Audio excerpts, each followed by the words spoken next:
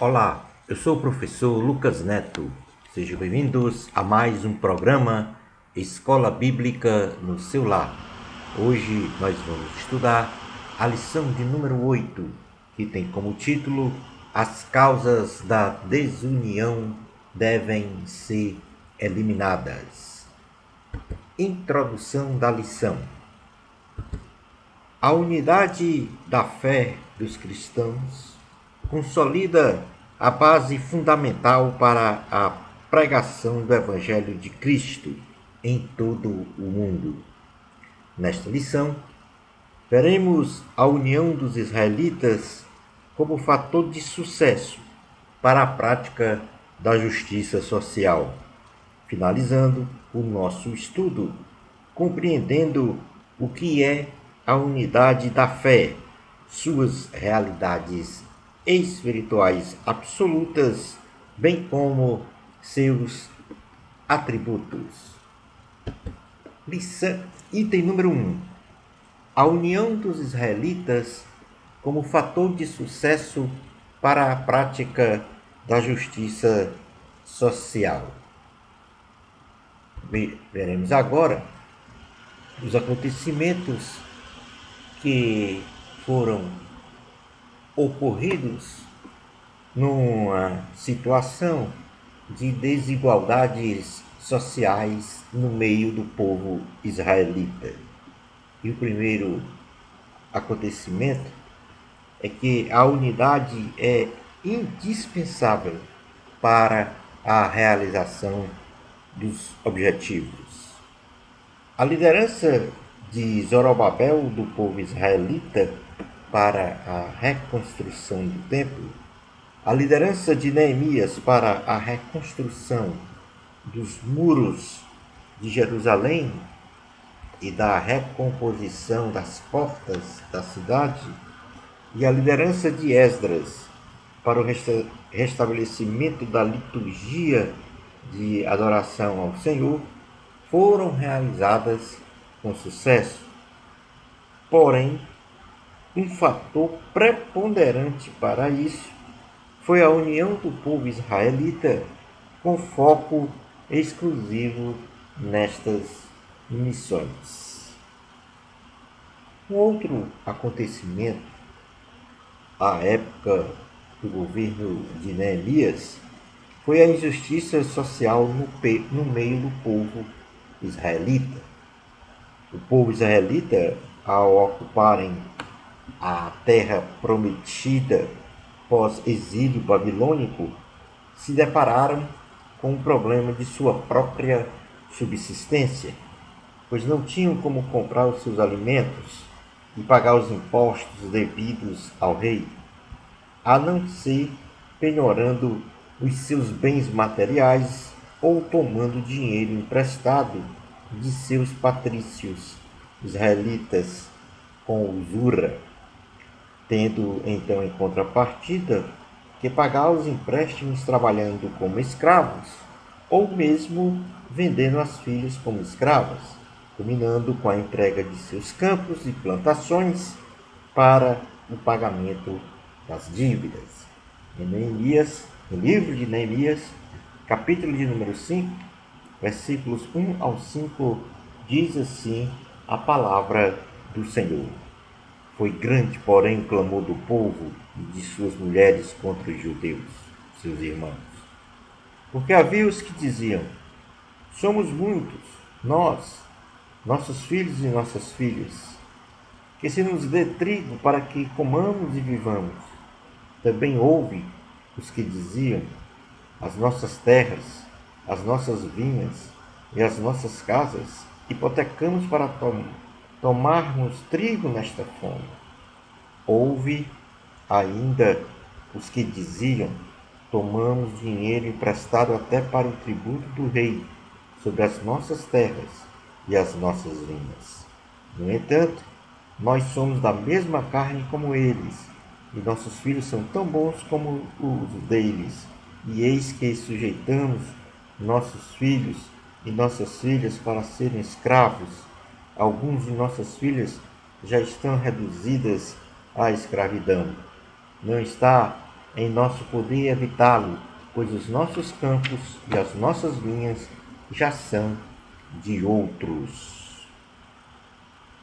Neemias convoca o povo para solucionar a injustiça social.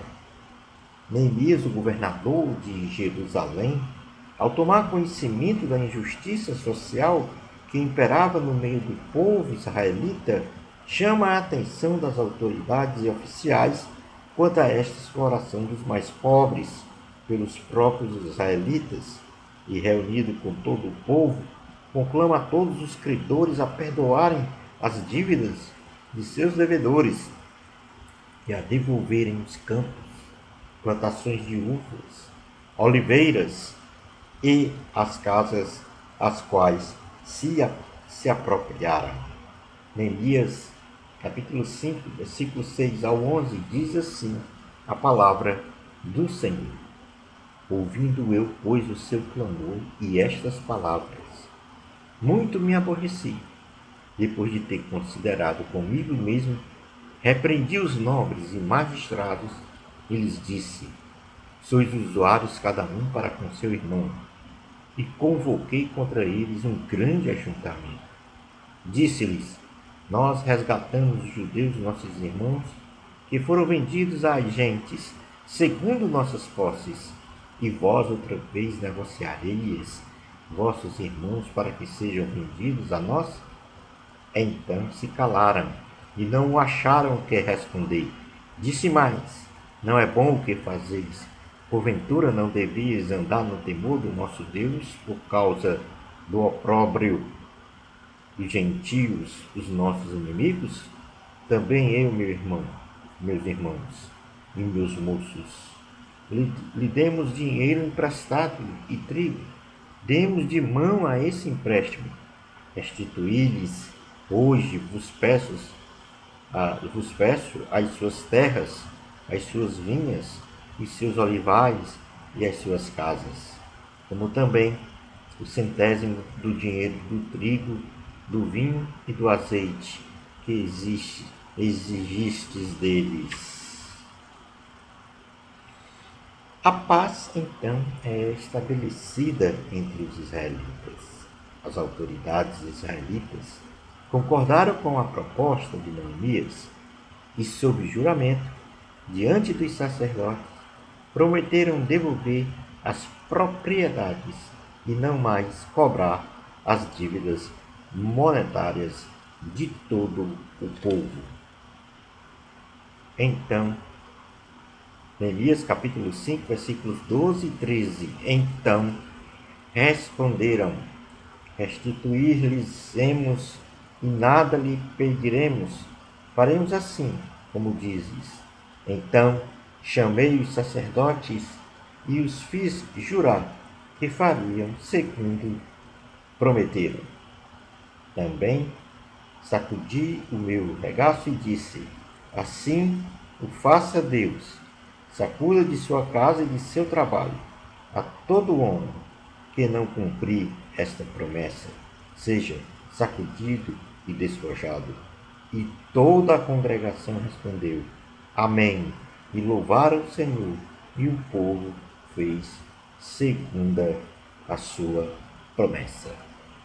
Tanto aí nós temos um resumo de um acontecimento em que havia injustiça social entre o povo, ou no meio do povo israelita, quando se instalaram em Jerusalém. Porém, a demonstração de Neemias, o governador, e também a união deles fizeram com que este problema de injustiça social entre eles fosse resolvido. Neste ponto da lição, então vamos agora falar um pouco da unidade da fé do povo israelita, ou melhor dizendo, do povo de Deus. A unidade da fé do povo de Deus, entrando então no item de número 2, da lição. A família de Deus é formada hoje por todos aqueles que professam a fé em Jesus Cristo, sem qualquer distinção. E como tal, os cristãos hoje não têm a missão de construir templos, reconstruir muros de cidades ou reinventar liturgias que requerem união de forças. Porém, temos a missão de pregar o Evangelho de Cristo a toda criatura em todo o mundo. Missão esta determinada pelo próprio Senhor Jesus Cristo e um fator primordial para o sucesso desta missão é a unidade de fé no Evangelho de Jesus, segundo escreveu Marcos, capítulo 16, versículos 14 ao 18, diz assim a palavra do Senhor.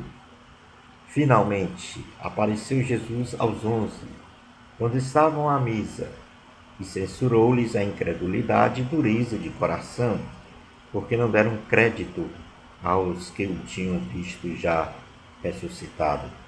E disse-lhes: Ide por todo o mundo e pregai o Evangelho a toda criatura. Quem crê e for batizado será salvo.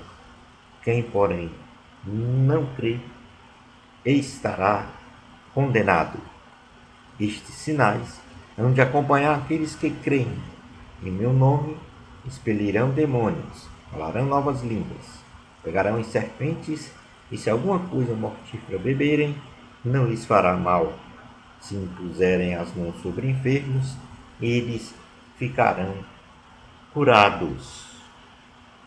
Mas o que significa unidade de fé? No sentido pragmático do cristianismo, não se trata de unidade de doutrinas cristãs ou fomento à realização de curas e milagres, mas tão somente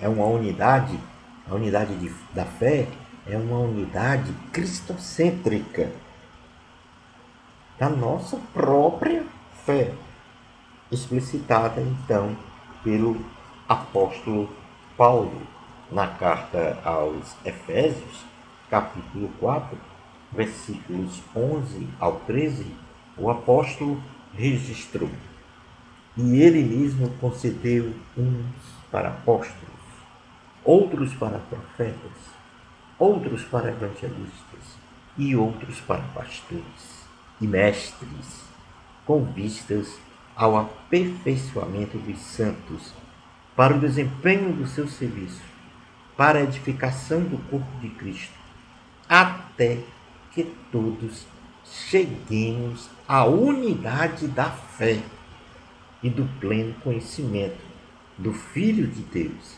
à perfeita varonilidade, à medida da estatura da plenitude de Cristo. Aqui há um chamado ministerial em que estes vocacionados, no caso aqui apóstolos, evangelistas, profetas, pastores e mestres, têm a missão de aperfeiçoar os santos no desempenho de seu serviço, do ensino e da pregação da palavra. E com isso o corpo de Cristo é edificado. E com isso também o corpo de Cristo, que é a igreja, chega a uma unidade de fé. Então, nós temos que conhecer o que é esta unidade de fé. E esta unidade de fé, ela tem realidades espirituais absolutas. E, nesse sentido,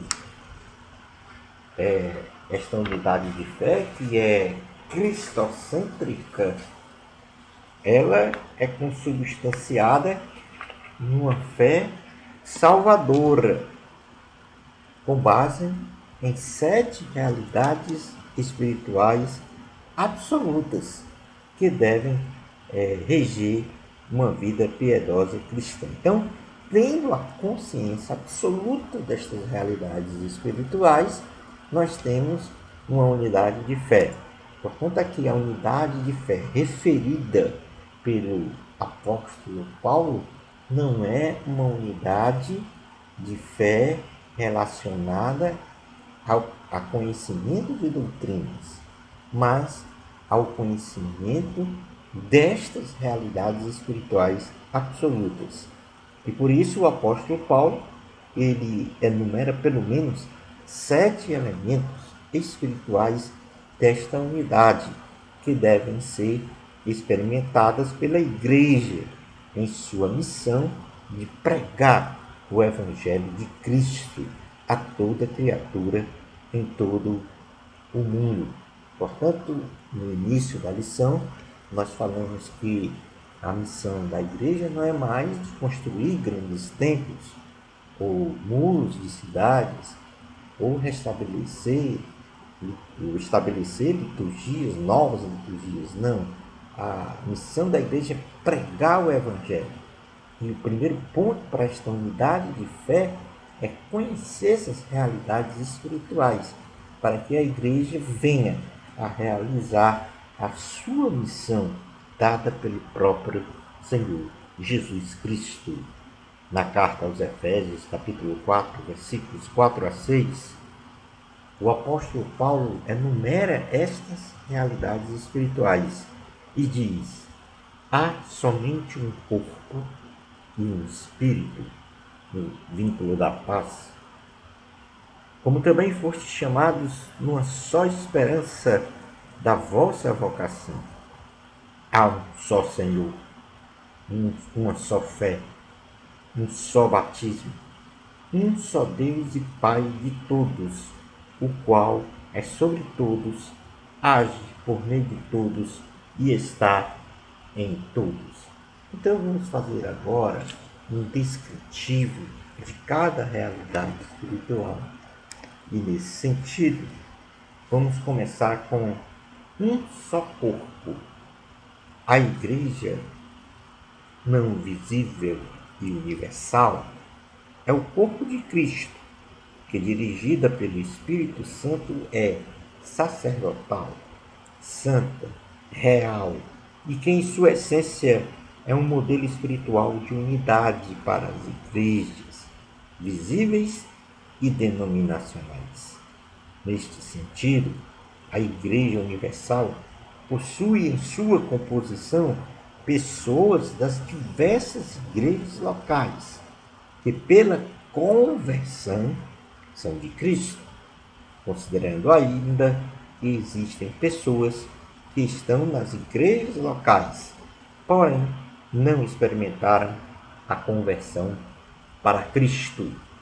Portanto, o que o apóstolo fala quando existe um só corpo é que existe a igreja mística universal, ou seja, aquela igreja que é a igreja que vai ser arrebatada, e esta igreja, que não é visível, ela é composta por por maior parte da membresia das igrejas denominacionais que nós chamamos de igreja local.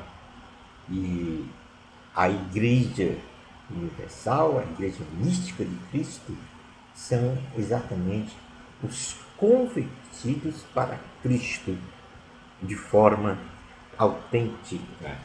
Na carta aos Romanos, capítulo de número 12, versículos 3 ao 8, diz assim a palavra do Senhor: porque pela graça que me foi dado, digo a cada um dentre vós que não pense de si mesmo além do que convém. Antes, pense com moderação, segundo a medida da fé que Deus repartiu a cada um. Porque assim como num só corpo temos muitos membros, mas nem todos os membros têm a mesma função.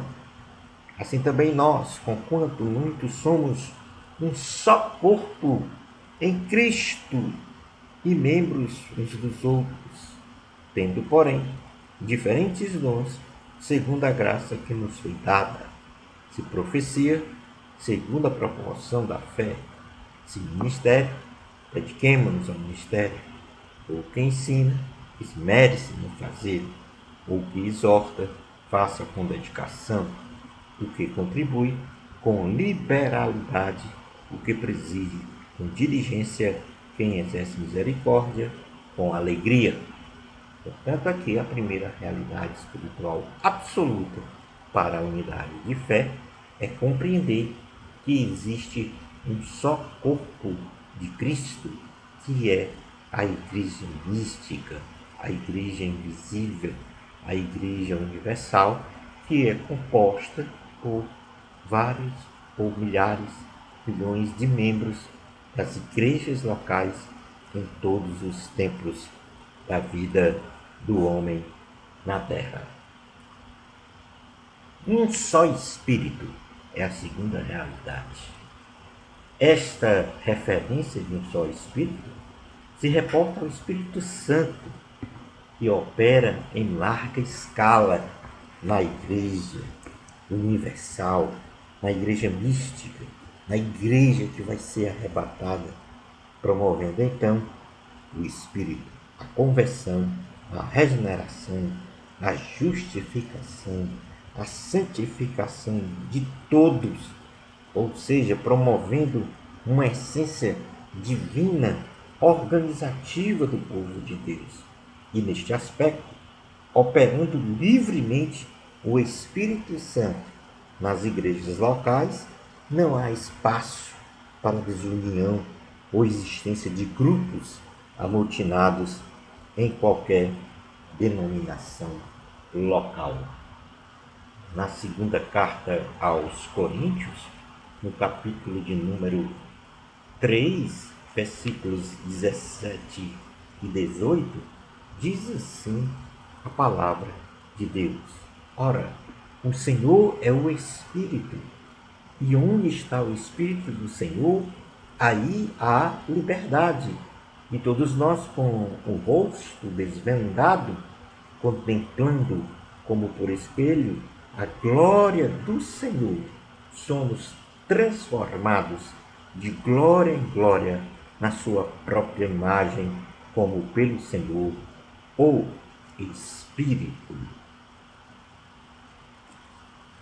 A terceira realidade espiritual absoluta para a unidade de fé é uma só esperança da vossa vocação. A esperança aqui não se trata de uma expectativa, mas a garantia da salvação em Cristo Jesus, segundo o nosso chamamento, ou seja, somos vocacionados a servir a Deus e ao próximo, porque somos salvos, eleitos para a vida eterna, segundo a misericórdia e o amor de Deus. Na carta aos Romanos, capítulo de número 8, versículos 28 ao 30, diz assim a palavra do Senhor: Sabemos que todas as coisas cooperam para o bem daqueles que amam a Deus, daqueles que são chamados segundo o seu propósito. Porquanto, aos que de antemão conheceu, também os predestinou para serem conformes à imagem de seu Filho, a fim de que ele seja o primogênito entre muitos irmãos. E aos que predestinou, a esses também chamou. E aos que chamou, a esses também justificou. E aos que justificou, a estes também glorificou.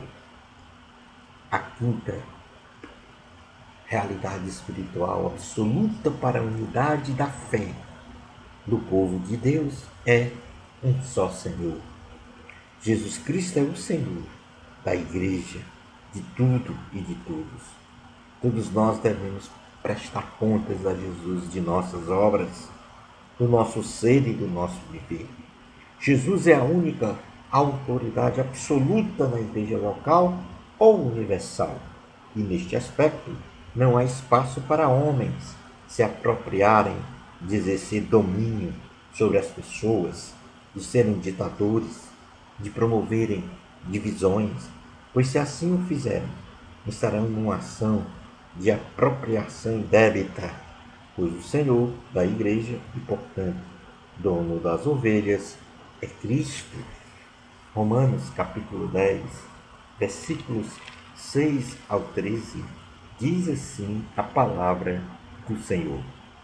Mas a justiça decorrente da fé assim diz: não perguntes em teu coração quem subirá ao céu, isto é, para trazer do alto a Cristo, ou quem descerá ao abismo, isto é, para levantar Cristo dentre os mortos. Porém, que se diz, a palavra está perto de ti e no teu coração, na tua boca e no teu coração, isto é, a palavra da fé que pregamos. Se com a tua boca confessares Jesus como Senhor, e em teu coração creres que Deus o ressuscitou dentre os mortos, serás salvo. Porque com o coração se crê para a justiça e com a boca se confessa a respeito da salvação. Porquanto a Escritura diz: todo aquele que nele crê não será confundido, pois não há distinção entre judeu e grego, uma vez que o mesmo é o Senhor de todos, rico para com todos os que o invocam, porque todo aquele que invocar o nome do Senhor será salvo. A quinta realidade espiritual é uma só fé. A fé aqui estabelecida não são os princípios, valores e doutrinas do cristianismo, e nem a fé que move montanhas e fomenta o agir de Deus na operação de milagres, curas e maravilhas. A fé aqui presente, em sua unidade, é a fé salvadora, a fé salvífica, a partir da morte de Jesus Cristo na cruz do Calvário. É a nossa inteira confiança em Jesus Cristo como Salvador da condenação eterna e Senhor da nossa vida. Na carta aos Efésios, capítulo 2, versículos de número 1 ao 10, diz assim a palavra do Senhor: Ele vos deu vida, estando vós mortos nos vossos delitos e pecados, nos quais andastes outrora segundo o curso deste mundo, segundo o príncipe da potestade do ar, do Espírito, que agora atua nos filhos da desobediência, entre os quais também todos nós andamos outrora, segundo as inclinações da nossa carne, fazendo a vontade da carne e dos pensamentos. E éramos por natureza filhos da ira, como também os demais. Mas Deus, sendo rico em misericórdia por causa do grande amor com que nos amou, e estando nós mortos em nossos delitos, nos deu vida juntamente com Cristo. Pela graça sois salvos, e juntamente com Ele nos ressuscitou e nos fez assentar nos lugares celestiais em Cristo Jesus, para mostrar nos séculos vindouros a suprema riqueza da sua graça, em bondade para conosco em Cristo Jesus.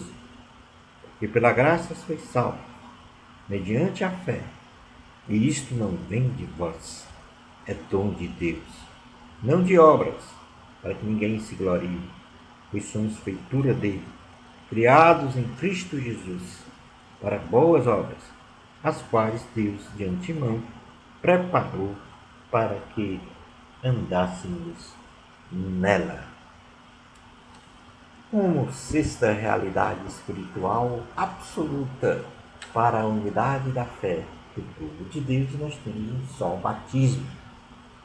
O batismo referido pelo apóstolo Paulo não é o batismo nas águas, e nem o batismo com o Espírito Santo, que nos reveste de poder, oriundos dos dons espirituais. Este batismo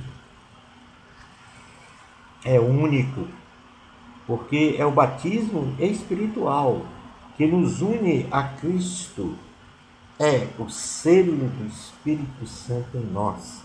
E nesta condição somos propriedade exclusiva dele, pois fomos marcados em nosso corpo, alma e espírito com a marca indelével do Espírito Santo, sendo ele o nosso dono perpetuamente. Na carta aos Efésios, capítulo de número 1, versículos 3 ao 14, diz assim a palavra do Senhor. Bendito Deus e Pai de nosso Senhor Jesus Cristo, que nos tem abençoado com toda sorte de bênção espiritual nas regiões celestiais em Cristo, assim como nos escolheu nele antes da fundação do mundo, para sermos santos e irrepreensíveis perante ele e em amor, nos predestinou para ele, para a adoção de filhos, por meio de Jesus Cristo, segundo o consentimento de sua vontade, para louvor da glória de sua graça, que ele nos concedeu gratuitamente no amado, no qual temos a redenção pelo seu sangue, a remissão dos pecados, segundo a riqueza da sua graça, que Deus derramou abundantemente sobre nós, em toda a sabedoria e prudência, desvendando-nos o mistério da sua vontade, segundo o beneplácito que propuseram em Cristo, de fazer convergir nele, na dispensação da plenitude dos tempos, todas as coisas, tanto as do céu como as da terra. Nele digo, no qual fomos também feitos herança, predestinados, segundo o propósito daquele que faz todas as coisas, conforme o conselho da sua vontade, a fim de sermos para louvor de sua glória, nós, os que de antemão esperamos em Cristo, em que também vós, depois que ouvistes a palavra da verdade, o evangelho da vossa salvação, tendo nele também crido, fostes selados com o Santo Espírito da promessa. Como última realidade espiritual absoluta para a unidade da fé, nós temos um só Deus. Não existe outro Deus além do Deus Yahvé. Ele é o único Deus, onisciente, onipresente, onipotente, misericordioso, provedor, etc. Deus é o nosso Pai. Deus é amor. No livro de Atos dos Apóstolos, capítulo 17, versículos 22 ao 31, diz assim a palavra do Senhor.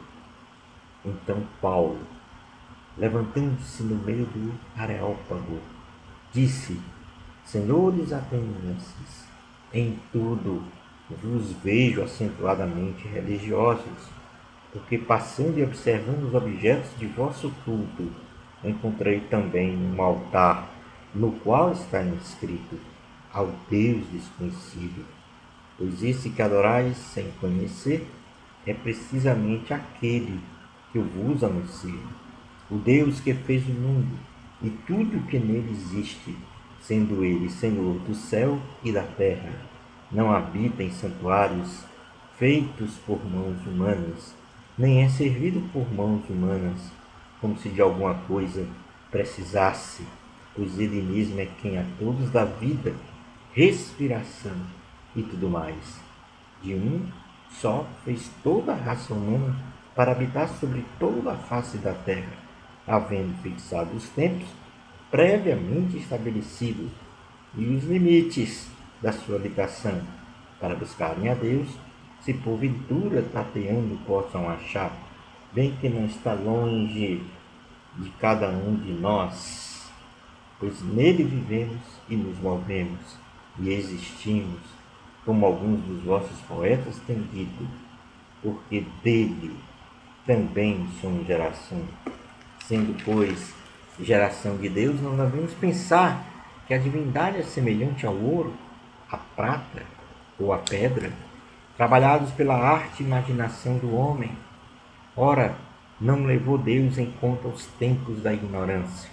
Agora, porém, notifica aos homens que todos, em toda parte, se arrependam, porquanto estabeleceu um dia em que há de julgar o mundo com justiça, por meio de um varão que destinou e acreditou diante de todos, ressuscitando dentre os mortos. Portanto, neste sentido, a unidade da fé da Igreja, ela é estabelecida pela compreensão plena de todos destas realidades espirituais absolutas, em número de 7. E no caso, esta unidade, estas realidades espirituais, elas estão estabelecidas no conhecimento de que nós temos um só corpo, que é a Igreja Universal, a Igreja Mística, a Igreja que vai ser arrebatada aos céus pelo Senhor Jesus Cristo. Nós temos um só Espírito, que é a operação livre do Espírito Santo na Igreja. Nós temos uma só esperança, que é a garantia da vida eterna. Um só Senhor, Jesus Cristo, que é o Senhor da Igreja. Uma só fé, que é a nossa fé salvadora. Um só batismo, é o selo do Espírito Santo, onde nos tornamos propriedade exclusiva do Senhor. E temos um só Deus, caracterizando o monoteísmo. Ele é Pai e Senhor de todos, que age por meio de todos e está em todos. Ora, a partir destas realidades espirituais, então nós temos os atributos da nossa fé, ou da unidade da fé. Então, compreendendo essas realidades espirituais, nós automaticamente somos remetidos a nos comportar de acordo com os atributos desta unidade de fé. E aí nós não teremos de forma nenhuma conhecido essas realidades espirituais e exercidos estes atributos de fé, qualquer tipo de isenção, qualquer tipo de divisão, porque nós conhecemos as realidades absolutas espirituais e exercemos os atributos da unidade da fé. Em Efésios, capítulo de número 4, versículo de número 1, o apóstolo Paulo se coloca na condição de ser prisioneiro de Cristo, reconhecendo a soberania de Jesus sobre a sua vida e, concomitantemente, roga aos efésios para obedecerem incondicionalmente à vontade do Senhor, segundo o chamado de cada um deles. Efésios capítulo 4, versículo 1 diz: Rogo-vos, pois eu, prisioneiro do Senhor, que andeis de modo digno da vocação a que fostes chamados, com toda a humildade e mansidão, com longanimidade, suportando uns aos outros em amor, esforçando-se diligentemente por perseverar a unidade do Espírito no vínculo da paz. Ou seja, nesta sequência, o apóstolo também recomenda que todos pratiquem as virtudes da humildade, da mansidão, da paciência, suportando uns aos outros na prática de um infinito amor, de modo que conservem a união entre eles que o Espírito Santo dá por meio da paz.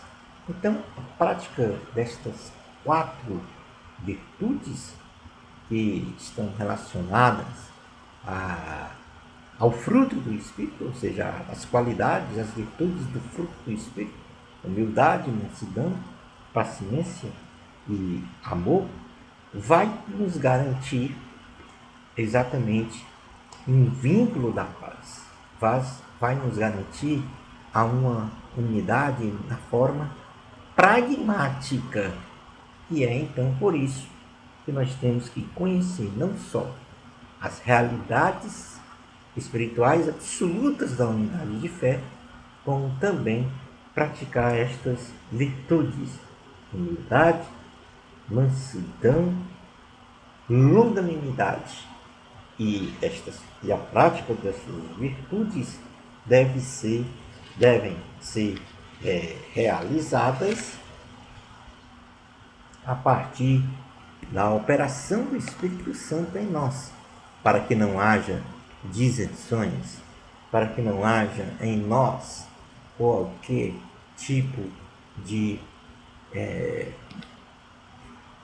divisões, brigas, contendas. Esta é a nossa unidade de fé do ponto de vista teológico e do ponto de vista teológico prático.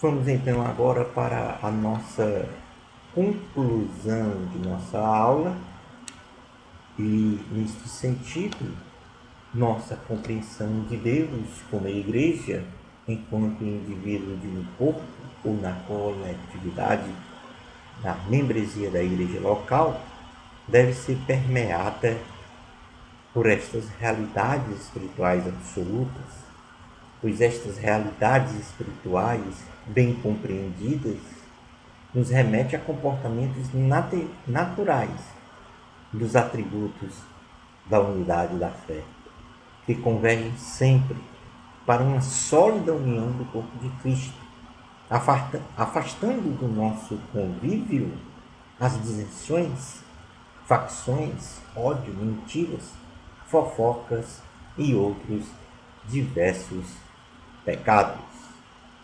Bênçãos especiais de Jesus para você. Amor a Cristo, a glória de Deus. Até o nosso próximo programa Escola Bíblica no seu lar, se Deus permitir.